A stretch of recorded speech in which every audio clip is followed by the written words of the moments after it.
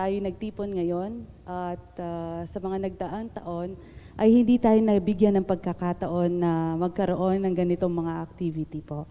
So to start, we will sing first, Come Holy Spirit, and then we'll have the opening prayer. Please all stand.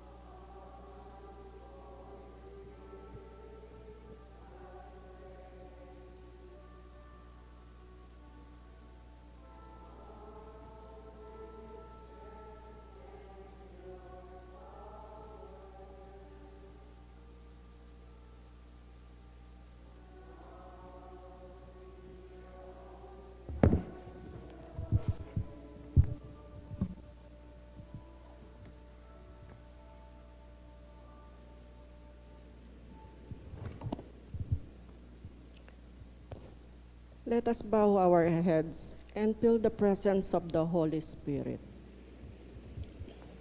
In the name of the Father, and of the Son, and of the Holy Spirit. Amen. Our most gracious Heavenly Father, we praise you, O God, for the many blessings you bestowed upon us. Lord, today we are gathered as a religious community for our Advent recollection. Allow us, Lord, to prepare ourselves spiritually, to reflect upon ourselves on how we shall prepare and celebrate the birth of your Son, Jesus Christ, our Lord and Savior. Almighty God, as we commemorate the season of Advent, remind us again, Lord, in the midst of our darkness, you are bringing His peace, love, joy, faith, and hope to calm our hectic lives. Turn our hearts always towards you.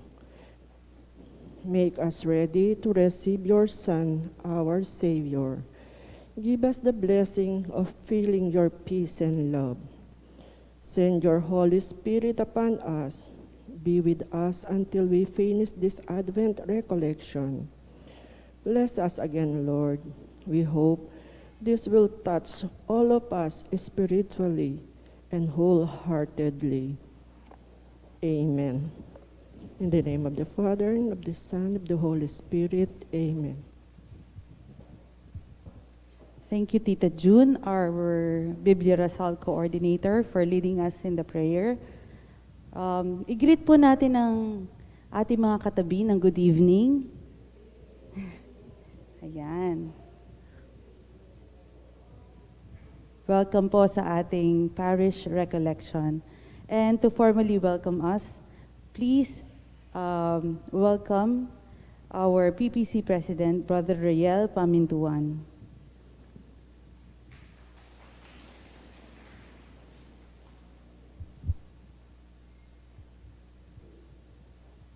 Good evening, brothers and sisters in Christ. Welcome you all for attending this Advent recollection. For almost 2 years, we have our pandemic. There are no gatherings like this. Masses, confessions, and recollection. As of this time, most of us are already fully vaccinated. That's why our churches open their doors again so that we can attend face-to-face masses, other celebrations, weddings, and confirmations.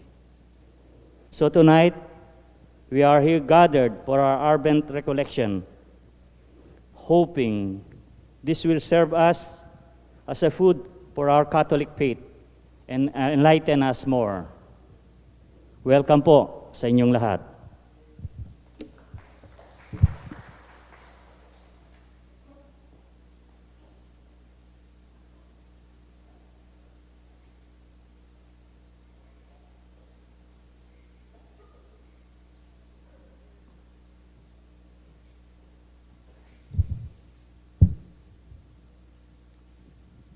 Good evening po.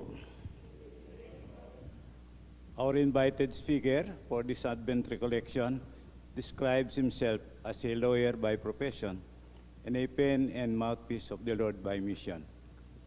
If he looks familiar to you, it is most likely because you have seen him before leading the choir during our Saturday anticipated masses here in St. Jude Tadeus Parish.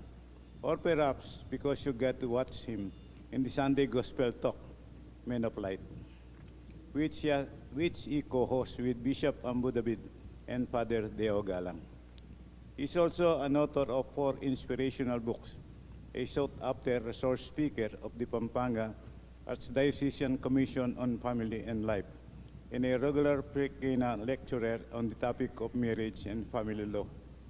Aside from being a private law practitioner, he likewise acts as head legal counsel of the Archdiocese of San Fernando, Pampanga. On a personal note, he has been married to his wife, Lisa, for 27 years now, and they have been blessed with 6 children who make beautiful music together. Brothers and sisters, here to usher us into a deeper reflection on Advent, please welcome our very own Attorney Bong Roque.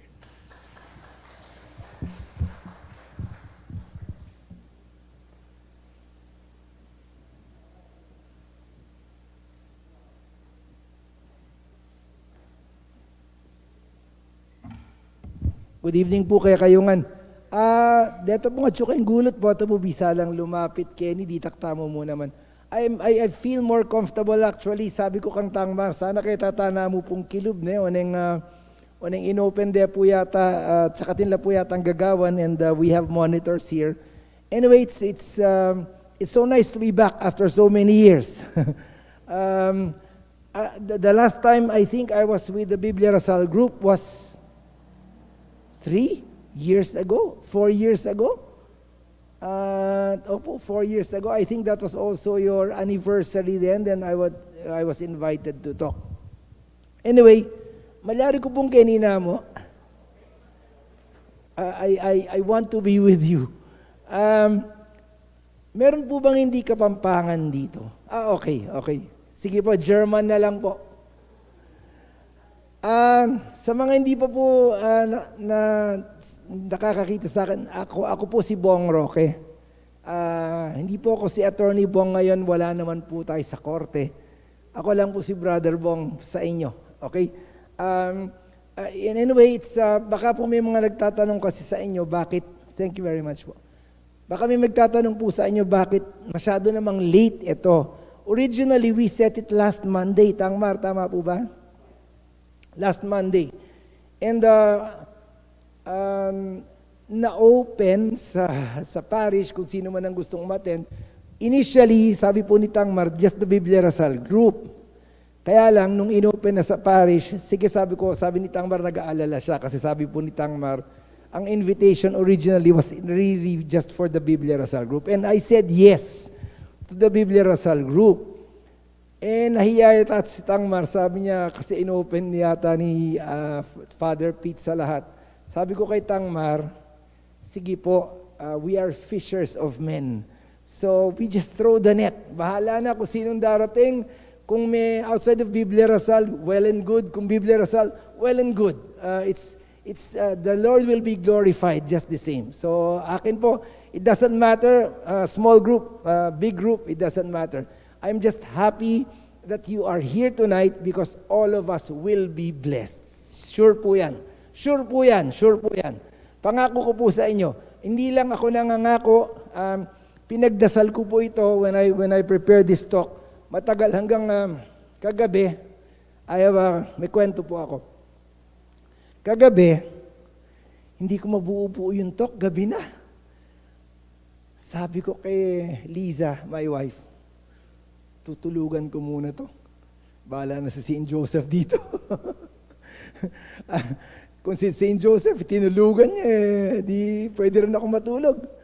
And true enough, madaling araw, doon pumapasok yung ideas. Kung kailan nakapikit ka, doon pumapasok yung ideas. So, I finally was able to complete the talk and ginawa ko pong isa-isa. By the way, this is my first time that I'll be presenting this.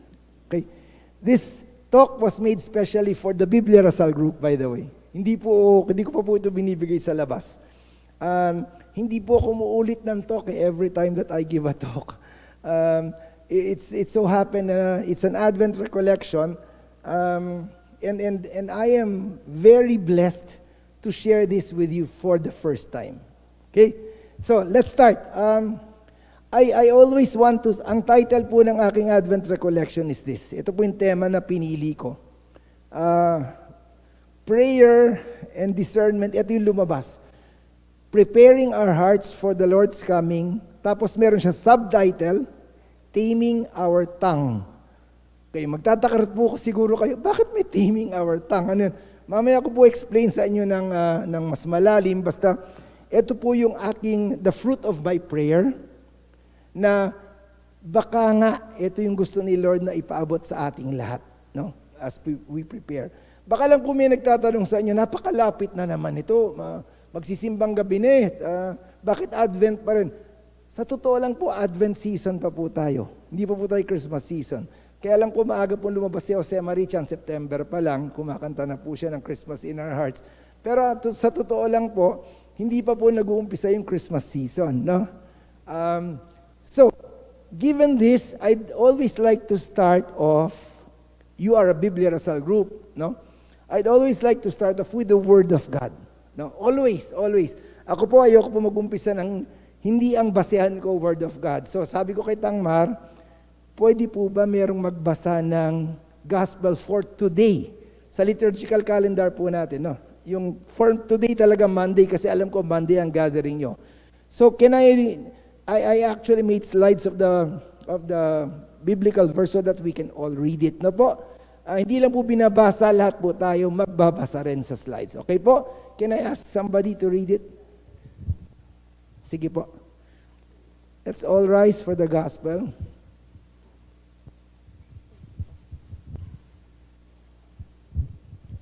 A reading from the Gospel of St. Luke. Mary set out and traveled to the hill country in haste to a town of Judah, where she entered the house of Zechariah and greeted Elizabeth. When Elizabeth heard Mary's greeting, the infant leaped in her womb, and Elizabeth, filled with the Holy Spirit, cried out in a loud voice and said, "Most blessed are you among women, and blessed is the fruit of your womb. And how does this happen to me, that the mother of my Lord should come to me? For at the moment the sound of your greeting reached my ears, the infant in my womb leaped for joy. Blessed are you who believed that what was spoken to you by the Lord would be fulfilled." And Mary said, My soul proclaims the greatness of the Lord. My spirit rejoices in God, my Savior. The Gospel of the Lord. Thank you, sister. Upo po tayo. Napansin niyo po iba yung flinash, no? This is the gospel that I read. Anyway, I firmly believe this. Maniwala po kayo. Nothing happens by coincidence. Kung iba yung gospel na nabasa, iba yung gospel na naka-flash, sabi ko, tahi pa rin dun sa ating talk. The gospel read was about Mary visiting Elizabeth. Di ba? And the Magnificat, my soul proclaims the greatness of the Lord. Isipin niyo po ito, yung scene nilang dalawa, dun sa gospel na binasa. Mary visits Elizabeth, cousin Elizabeth, and they're both pregnant. Tama? Tama po? Okay. They're both pregnant. Now, I'd like you to focus on that fact. They're both pregnant. At dito po lalabas, sige next slides please. Sige po, after the gospel. Yan. I'd like you to take a look at this. At actually, alam na po, lahat yata nagbibigay ng Advent recollection. Sinasabi ito. Kaya lang, I'd like to give this as a backgrounder to you after the gospel. Kasi baka makalimutan lang natin. Palaging dalawa tinitignan natin pag-Adbyento. Ang unang-una, yan. We look back. No? Look back to what? Nung unang pinanganak si Jesus, yung Emmanuel. That's what we celebrate. Di ba kaya nga tayo may Pasko eh. Kasi po we always look back to the day when Jesus was born among us. Now, there's a second character to Advent, and that is we look forward. Kung may look back, meron din pong look forward. Ano naman yung look forward? Yung second coming ni Christ. Dumating na siya eh. Dumating na siya. Ang hindi pa nangyayari, yung second coming. So, pinagsiselebrate po natin, parang birthday. Di ba? Parang birthday. Nangyari na, pero yung resurrection wala pa. In the case of Advent, pinanganak na si Jesus, ang wala pa, yung darating siyang muli. Pero sa atin po mga Katoliko, napansin niyo po ito, nawawala po yung pangalawang aspeto. Di ba? Hindi natin masyadong pinapansin yun pagdating ni Kristo. Alam natin, kasi sinasabi sa atin, bugbog na tayo mga Katoliko. Mag-prepare the way of the Lord, blah, blah, blah, blah. Lahat na lang ng pare sinasabi, lahat na lang ng preacher sinasabi yan. Pero, at the back of our heads, ang pinagse-celebrate pa rin natin, Christmas. Tama po ba? Umamin po tayo. Di ba? Kaya masaya eh, kasi birthday ni Jesus eh. Pero yung second coming, ay pwede bang i-postpone muna yan? Pero may quote po si Among Eugene, Monsignor Eugene Reyes, and I quote this, sabi niya, basa niya po ini. Although in Kapampangan, ing Pasko, mas kinanong gawan tamo, datang ya at lumipas ya rin. Pero, ing tune pag sadyan tamo, ing tauling panyatang ning ginu. Second coming. Etamo balu nung kapilan, at potang datang ni, makasadyala kaya ding puso tamo. Sa mga hindi po Kapampangan, in gist, ang sinasabi ni Monsignor Eugene, whether we like it or not, sabi niya, darating ang Pasko. Dumating na actually. At darating. Ang hindi natin sigurado, yung second coming. Kailan kaya yon? But by the time that it happens, are our hearts ready? Yun yung pinaka-tema. So, ngayong Adbyento, ngayon po sa Advent recollection natin, ang focus natin more of the second.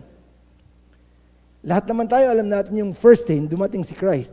Yung second na, sandali, how do I prepare my heart kung sakasakaling mamayang gabi dumating na si Kristo? And that, next slide please. Yan. Tignan niyo po ito. How? At kung nakatahi siya sa gospel na binasa, ang galing pa rin. Paano tayo magpe-prepare? Gayahin natin si Mama Mary. Ipagbuntis natin si Kristo, hindi sa tiyan, not in our womb, sa puso. Dito siya pinagbubuntis. And then, we give birth to Jesus, ipapanganak natin through our speech, our actions, our thoughts. Hindi lang tayo po, halos ako po ay tatay.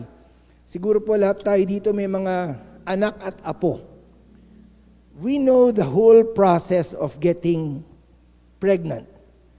Pagbubuntis mo ng 9 na buwan, dadalin mo yung bata, and then iluluwal mo. Tama po? Ang gagawin natin na exercise, yun ang gagayahin natin ngayong Advent. We will nurture Jesus, we will carry Jesus, at ang magiging prutas po nitong ating Advent recollection, paano natin siya isisilang? Tama ba yung pagka-nurture niya? Paano? Kung mali, kung halimbawa ang bata hindi nyo ni-nurture ng maayos sa tiyan, di lalabas po payat yung bata, undernourished, underweight, di po ba ganon? Ganon din po sa atin. Ang question is, paano natin dinadala si Jesus ngayon sa puso natin? Para pag iniluwal natin, pag nagsalita tayo, kahit sa Biblia Rasal lang, sa sister, sa brother, ayun si Kristo. Buhay sa Kanya. Dapat ganun po palagi yung prutas ng ating pagdadala kay Kristo sa ating puso. When we bear Christ in our hearts, He should really be nurtured here so that when we give birth to Jesus through our speech, through our actions, through our thoughts, sabihin na iba, oo nga, buhay nga si Kristo sa Kanya. Next slide. Meron po akong quote na kinuha kay Christian author Max Lucado. Hindi po siya Katoliko, but he's a Christian author, he's a pastor.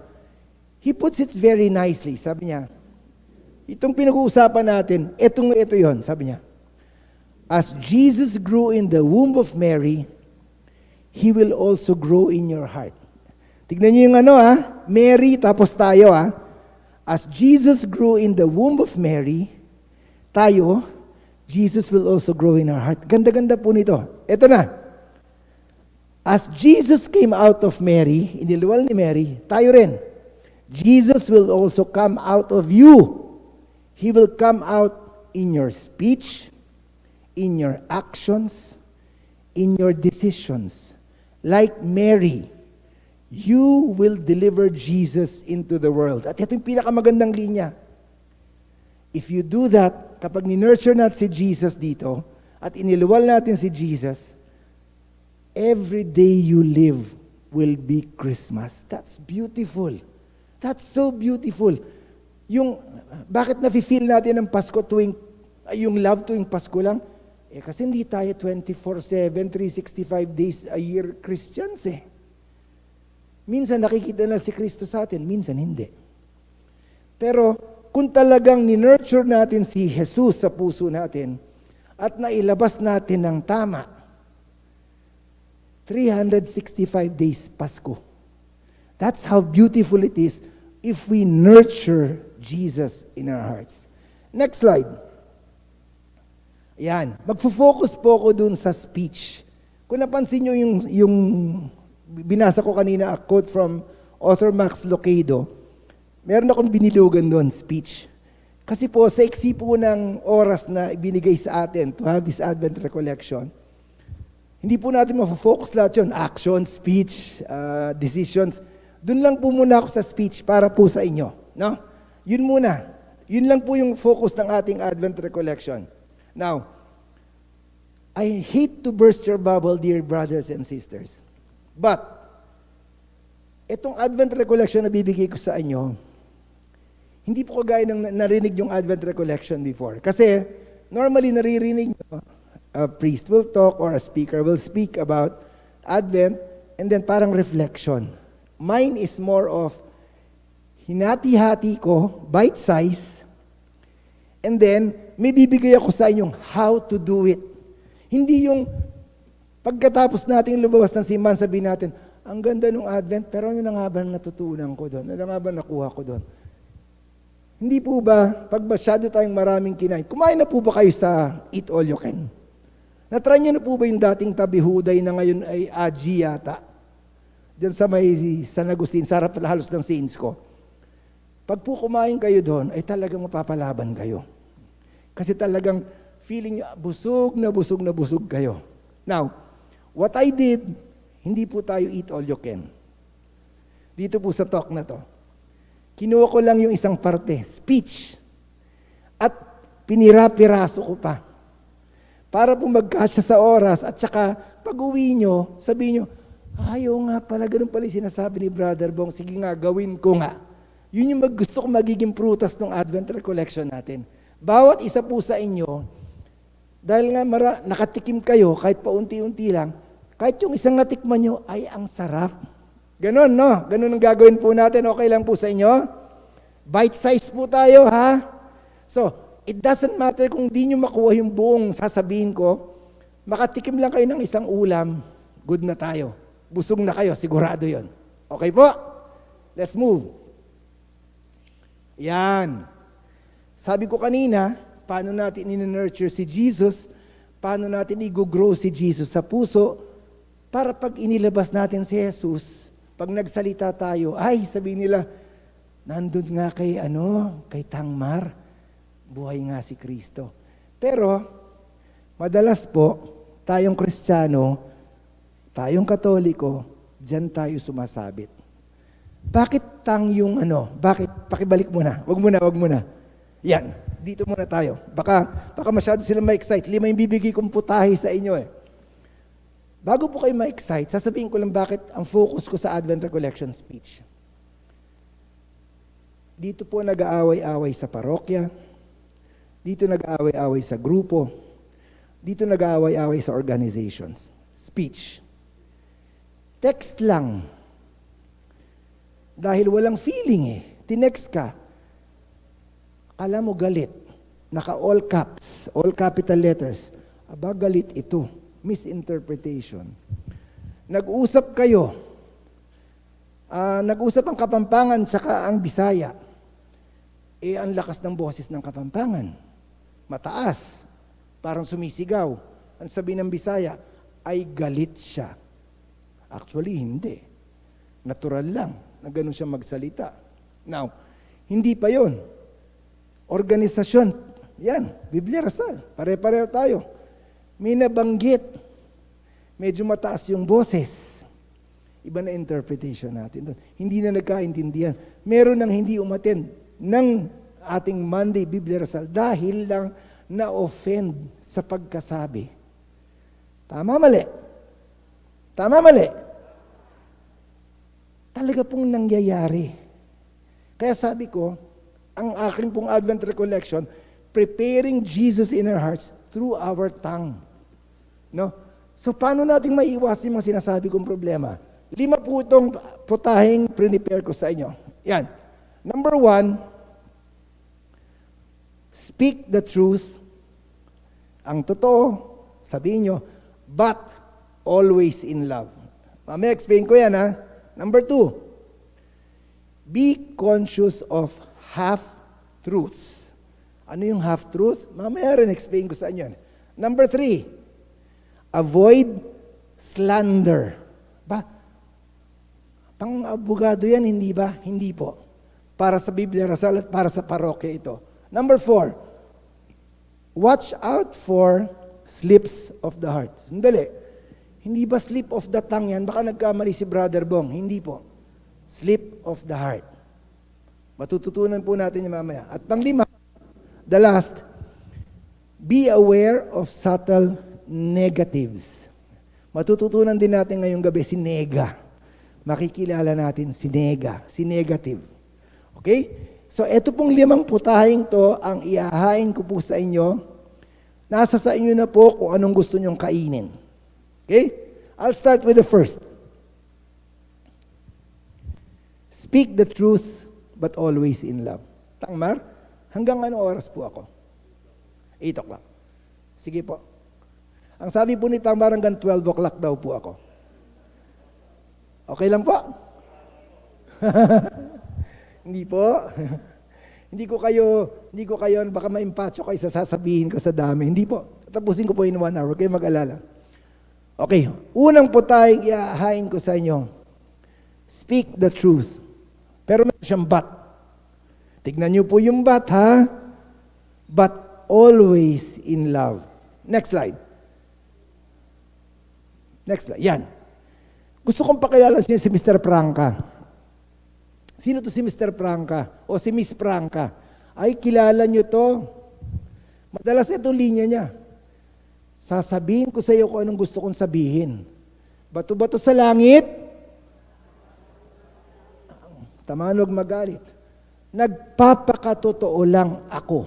Ayan. Yan ang mga linya ng mga prangkang tao. Sabihin nila, totoo naman yung sinasabi ko masaktan ka kung masaktan ka, bahala ka. Sister kita brother kita kasama kita sa Biblia Rasal Hindi sasabihin ko sa iyo yung totoo. Kung masasaktan ka, nasa sayo na yon. Tama po ba yun? Diyan po nag-aaway-aaway sa organisasyon. Next slide. Huwag po natin kakalimutan to. This is very nice.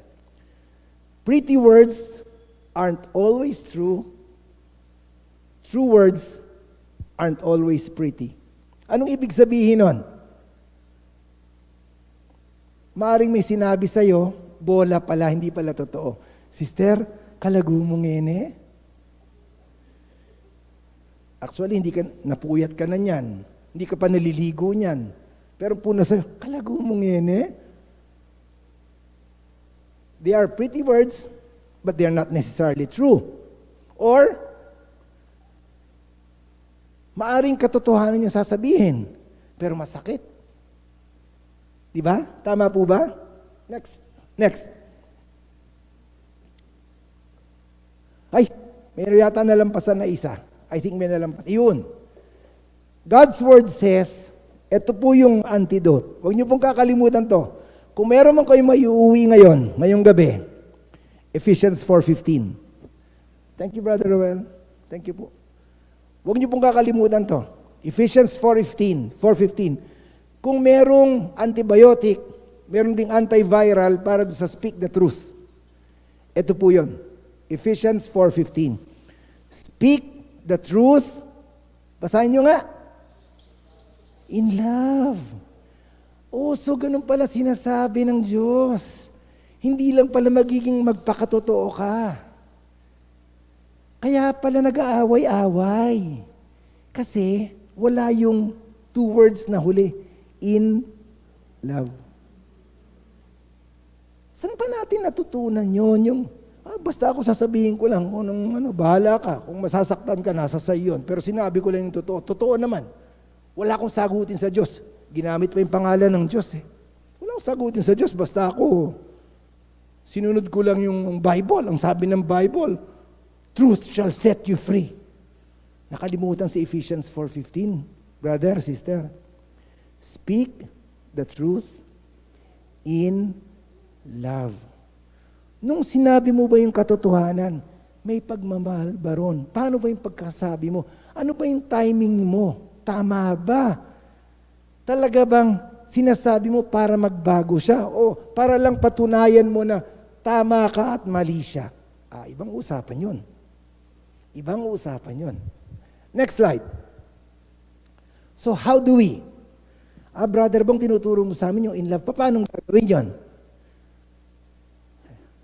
Isipin niyo po bangko. Bangko.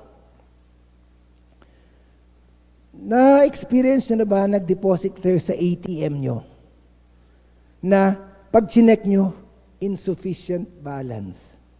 Nasubukan nyo na po? Kung hindi pa, marami kayong pera. Hindi kayo na insufficient balance. Pero pag nag-check po kayo, mag-withdraw kayo, withdraw niya 2,000. Nakita nyo, ang laman 1,000 na lang. Hindi ka ngayon makapag-withdraw, may maintaining balance pa. Di ba? Ganun sa bangko, hindi ka tuloy makapag-withdraw. Kahit 1,000 lang, di mo tuloy makuha kasi magzi-zero. Ganun din po when you speak the truth, brother or sister.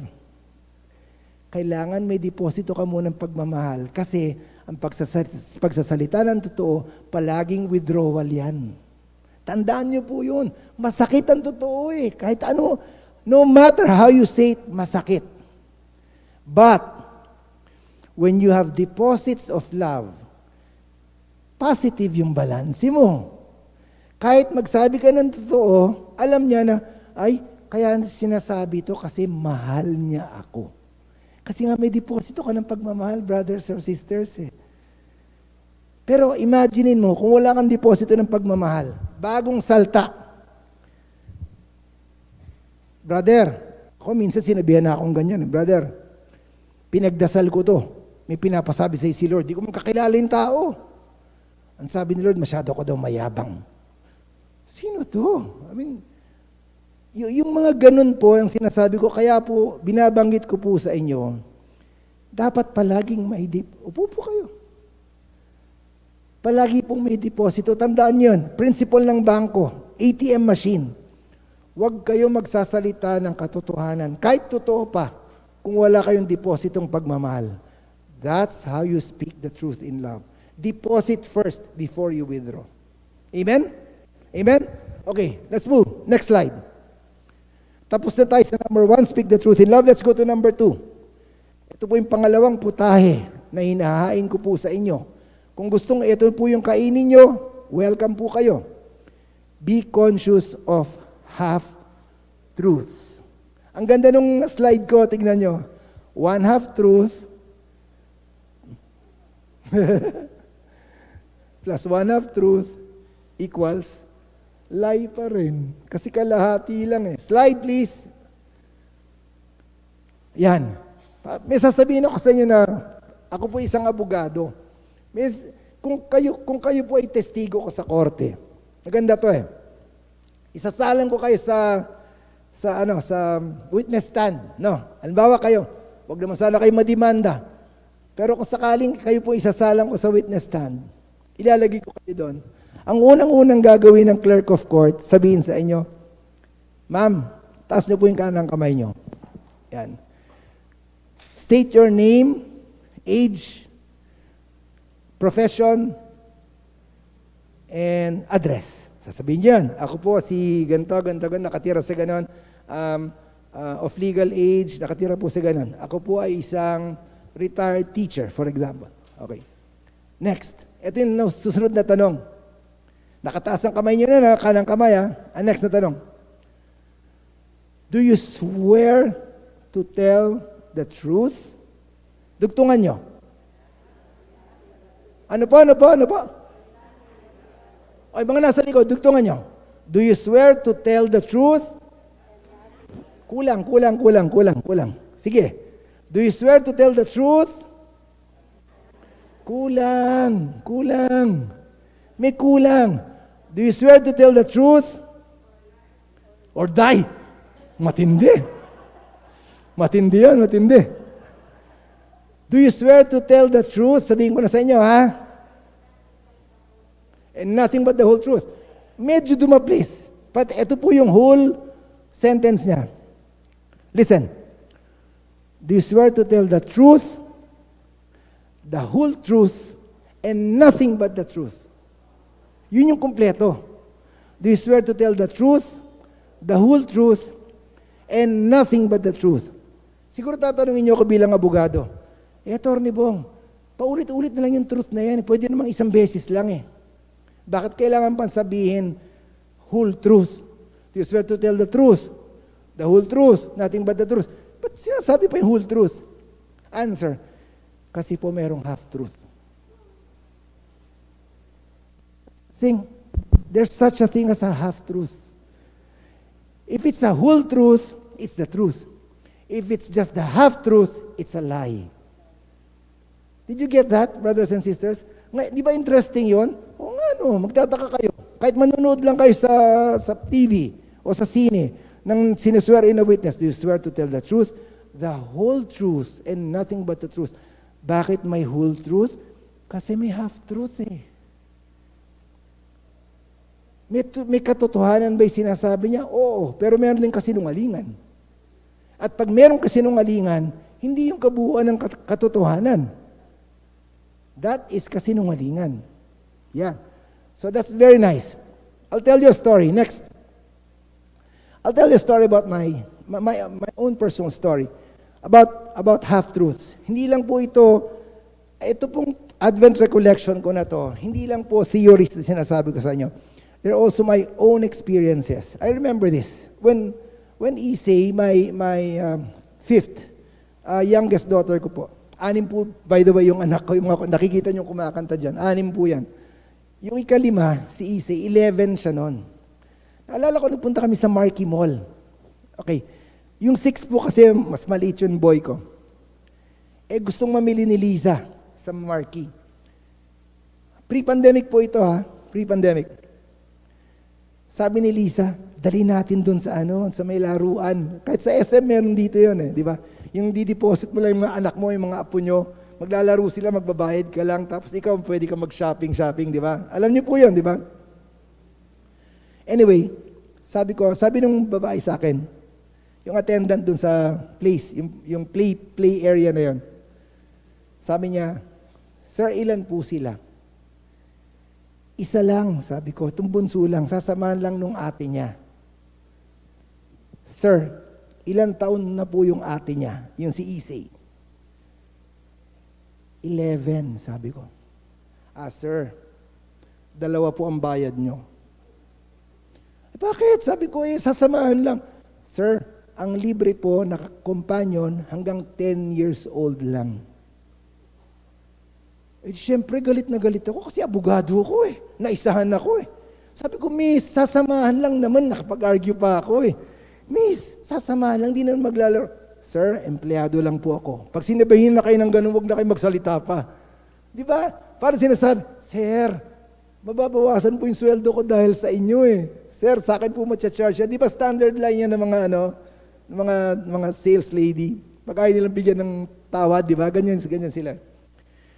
Anyway, galit na galit ako. Naisahan ako. Mahirap kasi naisahan yung abogado, galit So, anyway, nagbayad ako. To cut the long story short, 2, I think that was 350 per hour.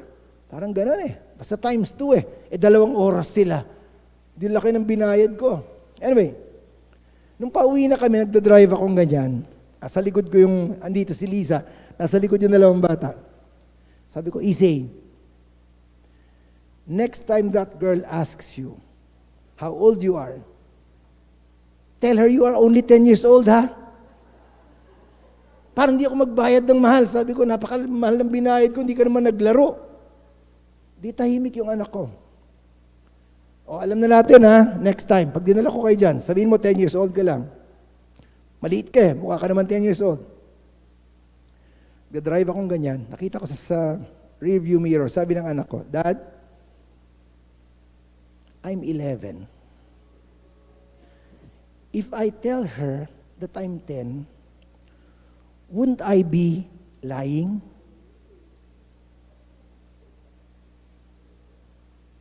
Anong sasabihin ko?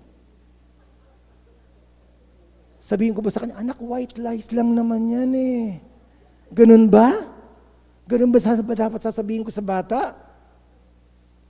Anak, dadrive ako. Tama ka, may pambayad naman tayo. Sige, sabihin mo 11 ka. I won't tell her to lie. My goodness. Anong klaseng Jesus yung itinanim ko dito at iniluwal ko? Can you imagine that? But those are unguarded moments that we have. Lahat tayo meron noon. Minsan nahuhuli tayo sa ganon. Yung mga unguarded moments na yon. That's why, next. Ayan. Ito pong sabi ng salita ng Diyos. Since you are a Bibliosal, I always have the Word of God to share with you. Ito po yung ito yung temptation of Jesus. For 40 days and 40 nights, Jesus fasted, tapos biglang lumapit yung devil. Ang sabi ng devil sa kanya, if you are the Son of God, tell these stones to turn into bread. Take note, brothers and sisters. The devil was quoting scriptures, Deuteronomy. Jesus also answered. Sabi niya, it is also written, man shall not live on bread alone, but on every word that comes from the mouth of God. Jesus quoted Deuteronomy chapter 8, verse 3. Yung sinabi ng demonyo, May katotohanan ba? Yes, Son of God. Pero yung bang Son of God should turn stone into bread para lang pakita siya si Son of God? Yun yung mali. That's the half-truth. Yun yung kasinungalingan. Tinetempt niya si Jesus dun sa kanyang half-truth. Alam nyo, ngayong kinakwento ko sa inyo ito, alam nyo kung sinong kakampi nyo pag nag-half-truth kayo? Alam nyo kung sino? Ako nga sinabi ko nga, 10, 11, sabi bigla ako kinilabutan ako, sabi ko, ito pala yung kakampi ko. But be very conscious of that. Unguarded moments. How do we, next slide. How do we avoid half-truths? Yan. Ito yung mga take-out ko sa inyo kasi ayoko lang kayong iwan sa Advent Recollection na to na, ay, ang ganda, pero ano bang gagawin ko? Ito yun Ito yung gagawin nyo. Number 1, do not forget, half-truth is still a lie. Huwag nyo kakalimutan yun. Simula ngayon, mga kaparokya ko dito sa St. Jude, huwag nyo nasasabihin, Attorney Bong, white lie lang naman yun. Utang na loob, ang white lie, ang author nun, demonyo. So, kung ayaw nyong pumanig sa kanya, huwag nyong kakalimutan yun. A half-truth is a lie. And Satan is the father of all lies. Okay. Number 2, yung truth may hurt, kadugtong no number 3, pero wag niyo pong kalilimutan yung shinare ko kanina sa inyo. Yung Ephesians 4:15. Maaring nagsasalita kayo ng totoo, pero always in love. Okay? That's the second. Slide. So tapos na po tayo sa 1 and 2, 5 lang naman po ito Ang pangatlo po, avoid slander. Teka, Attorney Bong, di ba legal terminology yan? Slander? Okay, hubaran natin si slander. Tanggalan natin ang damit. Gawin nating less legalistic. Gawin nating naintindihan ng layman na kagaya ninyo. Wala naman ibang abogado rito Anong slander sa inyong pang-intindi? Ito po siya. Sinimplihan ko lang. If you can say something about me to another person which you cannot say directly to me, that's slander. Oh yes! May gusto kang sabihin kay sister, pero hindi masabi-sabi sa kanya, sinabi mo sa iba, alam mo ba si sister ganyan? Alam mo ba, ganyan pala si sister. Pero pag yung tao mismo ang concern, hindi mo diretso sa kanya yon, you are committing slander. Slander is not only a legal term. Even in biblical terms, there's already a slander.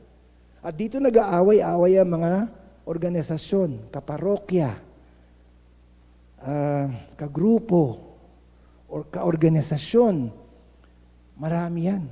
Alam niyo po, nakakalungkot man, Just this Saturday, we had an activity. I also have a Bible study group every Monday. Every 8 o'clock po kami. Lumapit, may ginagawa kami activity. May lumapit na kasama sa grupo. Ito sinabi niya. Kay Lisa lumapit.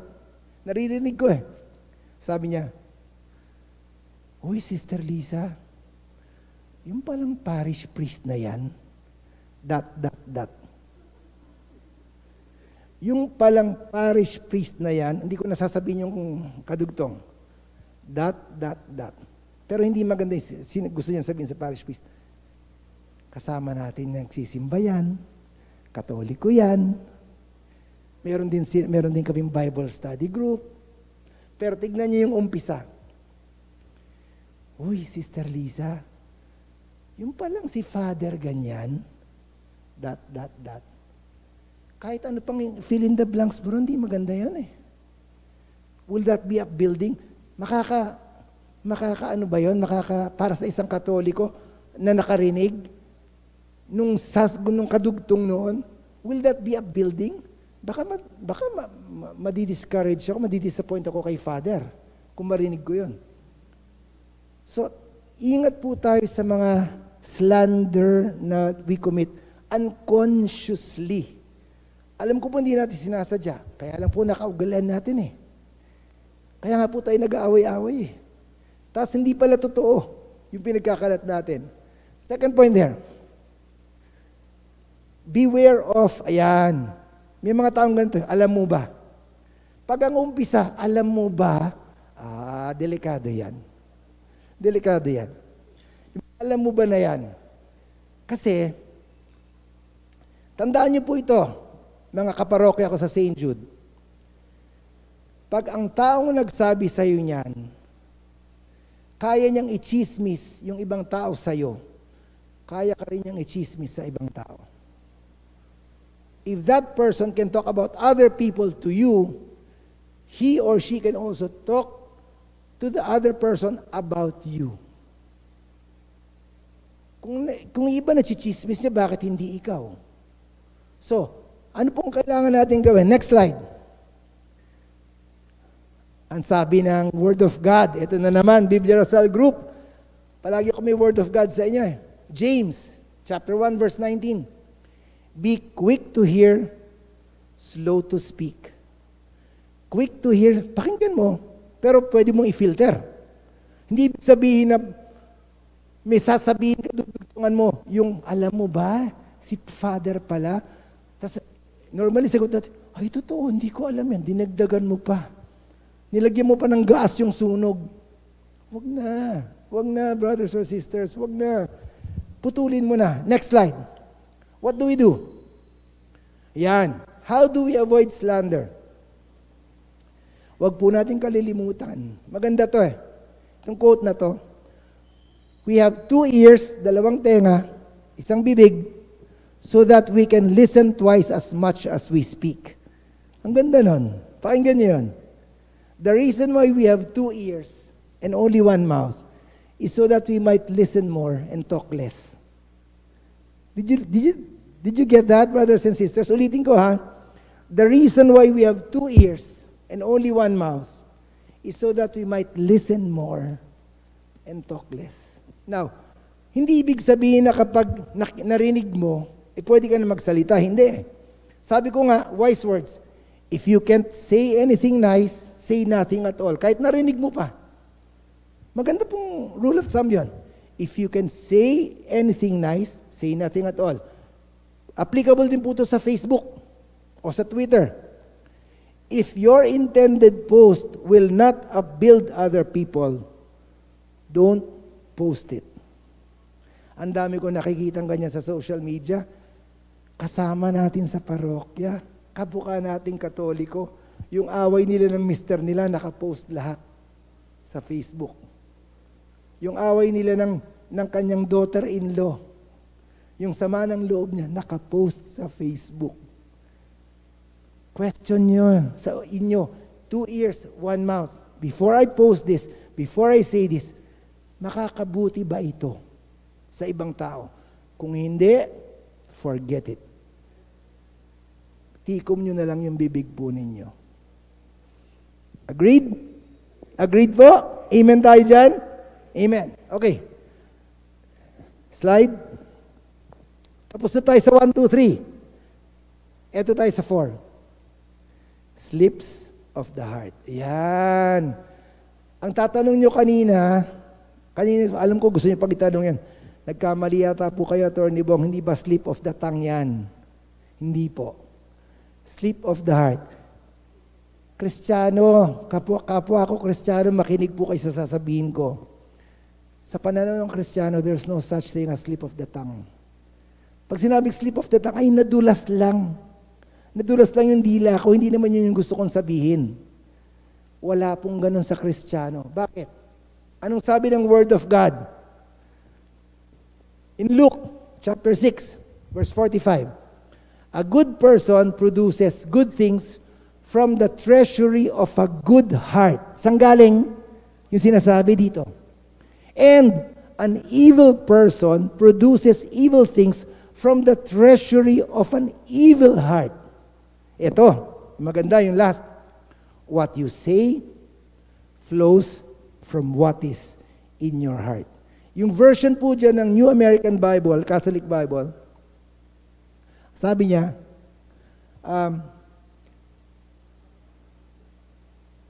what you say flows from what is in your heart. Ang sabi po ng New American Bible, from the fullness of the heart, the mouth speaks. Kung ano yung laman nito, yun lang yung lumalabas sa bibig. So kung meron po kayo nasasabi na hindi maganda, hindi po slip of the tongue yan. Ay, sorry sister, hindi ko naman intention yun, nadulas lang ako. Intention ng puso mo yun. Ingat. So, ito ang kailangan bantayan. Ito. Sa biblical times, the heart is the seat of life. Kaya nga meron siyang, sa Deuteronomy pa lang, meron siyang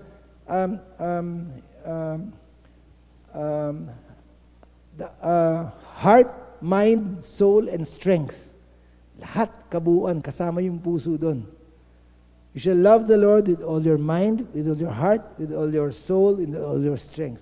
Palaging kasama si puso. Kasi nga, ang paniwala po ng mga, during biblical times and the biblical writers, the heart is the seat of life. So, hindi lang lumalabas yan sa bibig. May naalala po akong kwento dyan. Merong isang famous game show host. Di ko na po sasabihin yung pangalan. Palagi nasususpindi dati. Naalala ko yun eh. Palagi nasususpindi kasi minsan nababastusan yung mga contestants, minsan may nasasabing di maganda, tapos sususpindi ng MTRCB. Oh, yan, chinichismis nyo na kung sino, kayo talaga oh. Wala na nga ako sinabing pangalan eh, kayo talaga. Pero, ang punto ko lang po ito. Kahit nasuspindihin mo yan, dahil sa sinabi niya, kung ito hindi magbabago, lalabas at lalabas pa rin yan. Kasi nga, from the fullness of the heart, the mouth speaks. So, ano pong dapat natin gawin para hindi tayo magkaroon ng slips of the heart? Slide, please. Yan. Paano? Di ba meron tayong, kapag meron tayong nararamdaman na palpitations, etc., may sumasakit dito sa puso, di ba nagpapa-ECG tayo? Di ba yun ang ginagawa ng cardiologist eh? Spiritually, you can also ask God to do an ECG. Diretso, Lord, pakicheck mo nga yung puso ko. Ang ganda-ganda po ng prayer ng psalmist dyan, share ko sa inyo. Psalm 9, verse 12, sabi niya, who can discern his lapses and errors? Clear me from hidden and unconscious and unknown faults. Sabi ng psalmist bakit? Kasi meron tayong nasasabi, naiisip, nagagawa, na sabi natin unintentional. Pero actually dito nang gagaling. Kasi minsan masama ang loob mo, kaya mo nasasaktan. Nandito na hindi pa nahihili.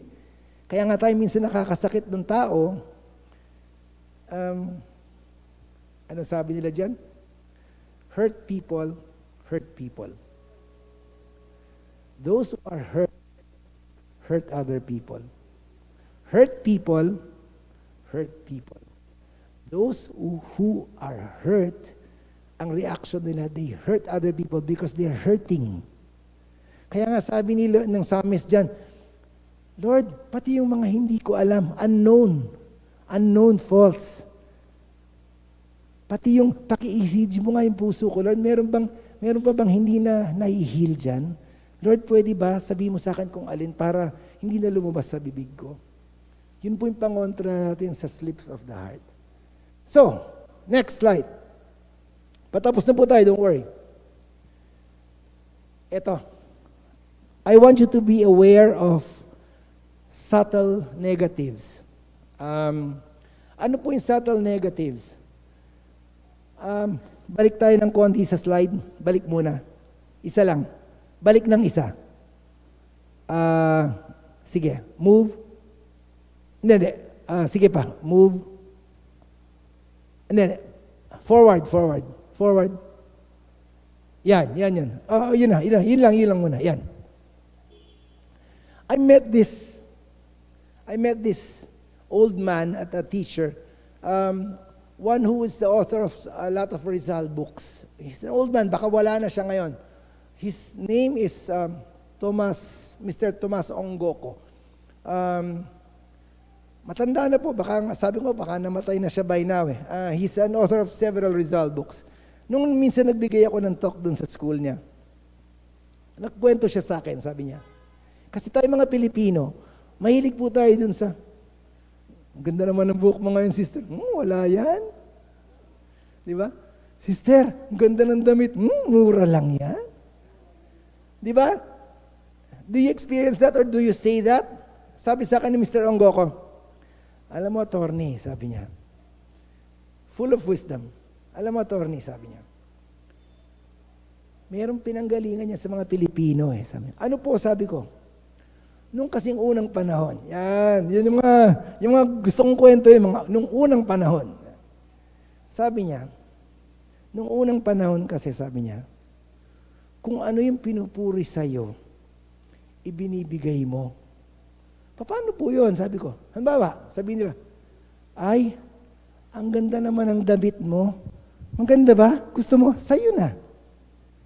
Ay, ang talim naman ng itak mo. Ay, talaga? Gusto mo? Sa'yo na. Kaso hindi po lahat pwedeng ibigay. Ay, ang ganda naman ng asawa mo. Gusto mo? Sa'yo na. Kaya lumabas yung hindi naman. Hindi naman masyado kasi hindi mo maibigay lahat ng gusto mong ibigay. Kasi pag pinuri, parang you were commended, you were praised, and the way for you to return it is, sige, bigay mo. Pinuri ka eh, di ba? Kindness for kindness, ganun yun eh. Kaso nga, hindi mo nga lahat, ganda naman ang asawa mo. Talaga, sige, sa'yo na. Hindi kasi pwede. Kaya nga lumabas daw yung hindi naman o hindi naman masyado. Sister, ganda ng buhok mo ngayon. Shampoo lang yan. Di ba? Di ba? Kahit na naman talaga nagpariban ka pa niyan. Pero sasabihin mo, shampoo lang yan. Ba't di mo kaya sabihin, hindi nagpariban ako, ba't di mo kaya sabihin yung totoo? Di ba? Ang ganda naman ng damit mo. Ay, binili ko pa to dun sa sa mall. Pinili ko pa to. Talagang ang dami kong pinagpilian. Bakit mo sasabihin, hindi naman? Mura lang nga yan. Lukot-lukot nga yan ang binili ko. Pilinansya ko pa nga yan. You don't have to. You don't have to. Kaya lang, ang masama po dun sa naging habit natin na yon, masyadong we took it to the extreme and we became very negative. Lahat na lang negative. Hindi naman. Totoo na nga yung sinasabi, pinupuri ka nga, hindi naman. Brother Mar, salamat naman sa Diyos. Parang tingin ko, ang lakas-lakas mong, hindi naman, hindi na nga ako nakakapag-exercise. Hindi. Salamat sa Diyos. Di ba?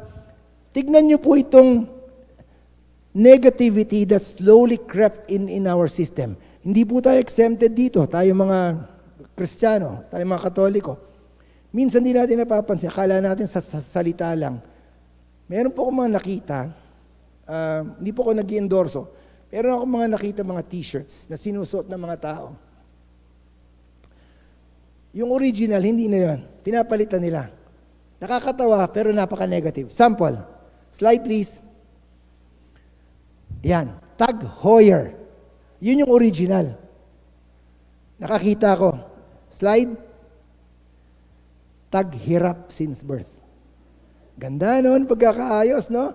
Pero can you imagine that, brothers and sisters? Wala ka nang ang pera at susuot mo pang t-shirt nakalagay, Tag Hirap since birth. Hindi ka yayaman, promise. Dineclare mo eh. What you confess, you possess. Tandaan nyo yan. Tandaan nyo yan. What you confess, you possess. Delikado yan. Sabi mo, taghirap since birth, ay hindi ka makakaahon sa kahirapan. Huwag niyong sasabihin yan. Next, ito pa nakita ko. Slide. Ford. Slide. Can't afford lately. Ganda, no? Nakakatawa, no? Can't afford. Pero kung ikaw magsusuot niyan, can't afford, forever you cannot afford. Recession na nga, can't afford ka pa. Huwag niyo pong idideklara out in the open. Do not confess it. Next. No fear. Nakita niyo na yan? Kita niyo na yan? Ito yung nakita ko. No pera. Ay, utang na loob. Kung wala na kayong pera, huwag niyo na sabihin pa. Sabihin niyo, bibigyan ako ng Panginoon. That's the positive way of saying it. May darating na grasya. Huwag yung, no pera. Ay, Diyos ko, talagang wala kayong pera. What you confess, you possess eh. Next. Tommy Hilfiger. Ganda. Tommy Hilfiger. Ay, nako, talaga naman, napaka-creative natin, ano? Kaya hindi lumilitan siya, eh. Tommy Hilfiger. Ay, Diyos ko. Talagang wala nang pag-asang lumiit pa yung tiyan mo. Next. Fitness first. Fatness first. Sa mga nagjejeta, kala nyo ha, magsuot kayo ng fatness first. Tingnan nyo kung papayat pa kayo. Dineclare nyo eh. Okay.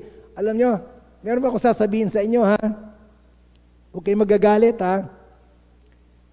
Tayo po, bilang Kristiyano, tayo tagapagdala ng mabuting balita. Tandaan nyo yun. But if you're not well, you will not be able to bring the good news to others. May responsibilidad po tayo to be also, as much as possible, to keep ourselves healthy. With the grace of God, of course, God is healthy, pero may responsibilidad tayo. Huwag mo sasabihin, pagagalingin ako ni Lord, ang lahat naman kinakain mo, bawal. Huwag niyo sasabihin fatness first. Huwag niyo tatawag, meron akong kasamang Kristiyano dyan eh. Talagang lumaki ng lumaki. Tapos ang hashtag niya sa Facebook, Chubbylicious. Diyos ko, Panginoon ko. Kung tayo ay Kristiyano, baka pupunta ka lang from isang face lang ng St. Jude, di mo na mapuntahan kasi inihingal ka na. You know, it's also our way of returning to the Lord for His goodness to keep ourselves fit and healthy so that we can also serve Him in the way He wants us to. Amen? Next. Van Heusen. Natakot ako dito. Vastusen. Ay, natakot ako dito. May isang babae nakita ko nagsusuot nito. If you wear this, kahit sa mga apo nyo, take note, maaaring nakakatawa. Pero huwag kayong magtataka kung babastusin sila. Sinabi niya, bastusin akong tao eh. Nakakatawa? Oo, nakakatawa. Pero hindi maganda yung message. Very subtle yung pagka-negative eh. Ito yung sinasabi ko. Very subtle yung negativity. Next. Dato puti. Di na pumuti. Eh kasi nga, di ba? Kung nagpapaputi, tapos magsusot ka, di na pumuti. At saka, anong message ang sinasabi mo? Yung puti lang ang skin, yun lang ang maganda sa Panginoon. Of course not. Di ba? Why are you sending out a message na kailangan maputi ka para maganda ka sa paningin ng iba? You were made in the image and likeness of God. We were all made in the image and likeness of God. We are all beautiful. Amen? Next. Nako eh. Ito ba yung sa ayoko dyan? Intel inside sa computer. Inutel inside. Ay naman. Di ba? Kaya nga maraming nagsasabi na, wala akong saysay sa buhay, wala akong purpose, wala akong direction. Itinawag mo yung sarili mong inutil eh. Ang mga bata na sinabihan ng bobo nung maliit, hindi sila naging matalino. Yun ang nakatanim sa kanila eh. Can you imagine if you tell yourself, there's an inutil inside me? Nakakatawa? Oo. Pero inutil ka. You like that? Of course not. So why would you declare it? Next. Ay, nako. Alam niyo ito. FedEx. Pinalitan. Fed up. Ayoko na. Nababurn out na ako dito sa Biblia Rasal. Fed up na ako. Suot mo kasing t-shirt. Fed up eh. Fed up eh. Kaya tuloy, nababurn out ka. Don't declare it. The Lord is my strength. Dapat ganun yung mga declaration. Next. Paano tayo magiging positive? Yan. Di ba sinasabi ko sa inyo kanina pa, every time mag-share ako sa inyo, gusto ko may take home kayo. No? And this is my take home for you. How can you be more positive? Have an attitude of gratitude. Ano yan? Maaring, brothers and sisters, maaring hindi lahat na nangyayari sa buhay mo ay maganda. O may pagpapasalamat ka. Pero kung hanapin mo lang talaga, meron kang rason para magpasalamat. Tignan niyo po itong si Henry Matthew. Sige, slide please. Yan, nanakawan. He's a Bible commentator, si Matthew Henry. Ang ganda-ganda nung sinabi niya, nung nanakawan siya. Tignan niyo nanakawan na, sabi niya. He gave 4 reasons why he should be thankful kasi nanakawan siya. Saka naman nakakita nanakawan ka na nagpasalamat ka pa. Pero sabi niya, nagpapasalamat ako kasi 4 yung reason. First, sabi niya, because he never robbed me before. Hindi niya ako ninakawan. Itong nagnakaw na to, hindi niya ako ninakawan before, first time. Second, because although he took my purse, he did not take my life. Wallet lang yung kinuha buhay pa naman ako Third, because although he took all I possessed, it was not much. Maaring nakuha ng 1,000 pesos, yun na naman ang wallet ko. Mayroon pa naman bibigay ang Panginoon May grasya pa naman na iba Lastly, sabi niya, because it was I who was robbed, not I who robbed. Ako yung ninakawan, hindi ako yung nagnakaw. Can you imagine that? Nanakawan ka na, nakikita mo pa yung positive doon, but that involves an attitude of gratitude. Na talagang ititrain mo, Lord, tulungan mo nga ako makita yung grasya nito. Alam niyo po, nasabi ko sa inyo yung word na grasya, palagi natin naririnig yan sakit na nga sa tenga Mercy and grace, mercy and grace. I don't know if I shared this to my brothers and sisters in Biblia Rosal before. But, simple lang po yung pangintindi ko dyan Ako isang abogado. Ang una kong inintindi, justice. Justice. Justice is you getting what you deserve. Kasi, tignan niyo mga sumisigaw. Hustisya, justice para kay. Pinatay yung ate ko, papatayin din dapat yung pumatay. Eye for an eye, tooth for a tooth. Justice. Diba? Hustisya, ibig sabihin, kung pinatay siya, papatayin din kita. Kaya ngayon this is sad, kinikilabutan ako habang nakwento ko sa inyo ito. Yung namatay dun sa Ateneo, yung binaril, I don't know if you've heard that. Dun sa Ateneo, Arete, yung gagraduate ng law school, tas yung mayora. Yung nanay, yung gagraduate yung anak ng law school sa Ateneo, nakapila sila, step down as mayora, pero may bumaril sa kanya, binaril, first time nangyari sa may Ateneo. Nahuli, yung pumatay. Pinatay din sa loob ng kulungan, yung pumatay.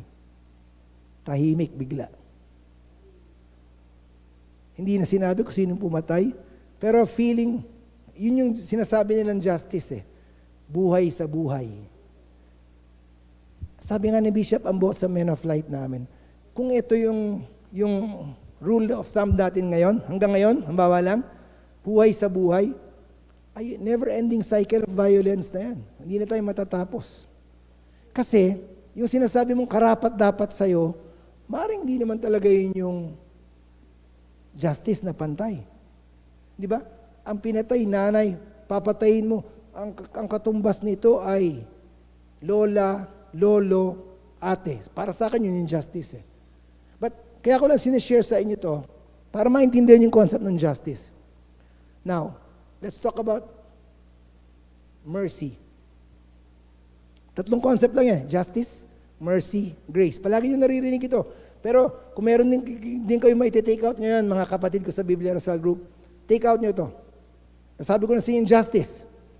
Getting what you deserve. Mercy. Not getting what you deserve. Nagkasala ka, pinatawad ka. Not getting what you deserve. Dapat yan, masisilya elektrika ka. Hindi ka sinilya elektrika. That's mercy. Tawad, patawad. Grace. Grace is getting what you don't deserve. That's grace. Yun yung grasya, yun ang sinasabi natin. Sana pag-uwi nyo, matandaan nyo lahat itong konseptong ito, para yung grace, yung concept ng grace, hindi nyo babaliwaliin. Kasi talagang napaka-valuable nung grace, brothers and sisters. We don't deserve it, but we get it. Have we been sinful? Yes. Do we deserve being given a bonus by God or extra life? Birthday mo, binigyan ka pa ng extra years ni Lord sa mundo? Hindi. You deserve to die because of your sins. But God is not only a God of justice, He's also a God of mercy, and He's also, most of all, a God of grace. Kaya nga, on the cross, last minute, brothers and sisters, Jesus, remember me when you come into your kingdom. What did He deserve? Dying on the cross. That's justice. Diba? Mercy, kapatawaran sa kasalanan niya. But what did Jesus say? Today, you will be with me in paradise. That's grace. Undeserved. You don't deserve that. Kung talagang kasalanan, kaparusahan, ay talaga mas marami ang kasalanan kaysa dun sa nagawa nating mabuti. Ba't hindi nyo subukan mag-scoreboard? Gumamit kayo ng whiteboard. Subukan nyo lang mag-scoreboard. Alam nyo ba yung taras? Sa election, yung election pa nung hindi pa tayo, yung taras is 1, 2, 3, 4, 5. Diba? Salamat, 1, 2, 3, 4, 5. Roque, 1, 2, 3, 4, 5. Yun yung taras. Kung magtataras kayo, nagawa niyong mabuti, tsaka nagawa niyong masama, pupusta ako sa inyo. Mas lamang yung masama kaysa sa mabuti. Agree po? And yet, nandito tayo ngayong gabi. Nandito tayo ngayong gabi. Kahit mas marami yung nagawa natin masama kaysa nagawa natin mabuti. Bakit? Because God is gracious eh. We don't deserve to be here. We don't deserve another life. But God gives us another waking moment. Grace. Amen? Huwag nyo na pong kakalimutan yun, ha? Grasya ng Panginoon. It's getting what we don't deserve. Patapos na po ako. Matatapos na rin po. Sabi ko, remember that negativity affects others. Last ko na po ito. Sabi ko, wag lang attitude of gratitude na, Lord, tulungan mo nga ako makita yung maganda, yung grasya nito, ng pagkakataong ito. Pero, wag po nating kalilimutan na kapag tayo po ay nega, nahawa natin ang iba. Sana kung tayo lang. Pero hindi. Lalo na, ayan si Tita May, nagtuturo siya, children in their formative years are very malleable. Pwede mo pang iporma. Can you imagine kung negative lahat ng finifeed mo? I'll share with you a poem that I read in Chicken Soup for the Kid's Soul. No? It was written by, I think, a 12-year-old kid by the name of, slide please. Ayan, Carla O'Brien. Ito, ang story nito, meron siyang grade schooler na ano-anong finifeed sa kanya ng mga classmates niya na negative. Sabi niya, sinulat niya, sabi niya, kinumpare niyo sa sinasabi ng tatay niya, kasi sabi ng tatay niya, you are enormously gorgeous. Pero tingnan niyo, yung next sentence niya sabi, I wonder if I really am. Nagkaroon na ng doubt? May doubt na. Sinasabihan ng tatay, ha? You are enormously gorgeous. You are enormously gorgeous. Sabi niya, I wonder if I really am. Sabi niya, to be enormously gorgeous, Christine says, you need to have beautiful, long, straight hair like she has. I don't. To be enormously gorgeous, Justin says, you must have perfectly straight white teeth like he has. I don't. Siguro sungki-sungki. To be enormously gorgeous, Princess says, You must not have any pimples on your face. I do. To be enormously gorgeous, Anton says, you have to be the smartest kid in junior high. I'm not. Next slide. To be enormously gorgeous, James says, you have to be able to tell the funniest jokes in the school. I don't. Siguro wala siyang sense of humor.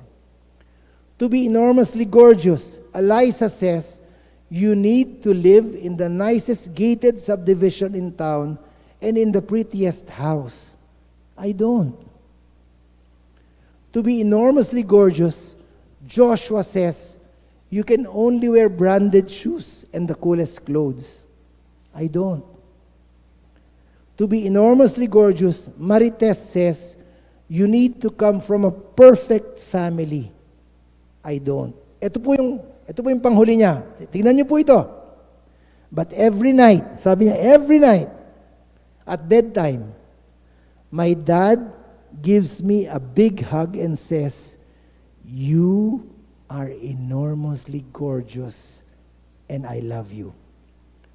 My dad must know something that my friends don't. This is so beautiful. This is so beautiful. Buti na lang, malakas na impluensya ng tatay, positive. Can you imagine kung lahat yon, ganun ang sinasabi, nega?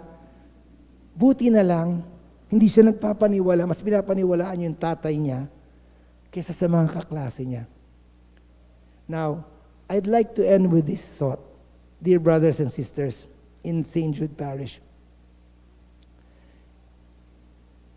From here on, speak positively, be grateful for anything that you have because all of you are enormously gorgeous. Marami pong salamat sa inyo. Meron po, sana kung may lalabas dito na isa pang slide, yung, yan. Take home lang po ito, hindi ko na po di-discuss sa inyo. Ito po yung take home reflection lang ninyo ngayong Advent season. Has Jesus grown in my heart? Does Jesus come out of me? Lumalabas ba sa bibig ko, sa pag-iisip ko, sa mga bagay na sinasabi ko at ginagawa ko? Take home niyo lang po yan. Wala po tayong gagawin na activity for that. I just like you to reflect on that as you go home. Yan po yung take home ninyo. Now, bago ko po ibalik kay Tangmar, at saka Brother Roel, yung mikropono, ito lang po yung panghuli ko na gusto kong sabihin sa inyo. Marami po akong share sa inyo in the past hour. Sabi ko nga, hinati-hati ko. Iba-ibang putahe. Mamili lang po kayo. Kung gusto niyo lahat, okay lang. Eat all you can.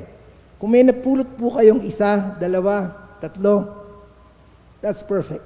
That's how the Lord speaks to you. Kahit grace, kahit mercy, whatever you picked up from there. Kung may nakuha kayong paunti-unti, okay, natikman nyo lahat, paunti-unti, at nasarapan kayo, don't forget to share it. Because you are enormously gorgeous. Maraming salamat po sa inyo. God bless you all. Maraming salamat po, Attorney Bong Roque, sa napakagandang binigay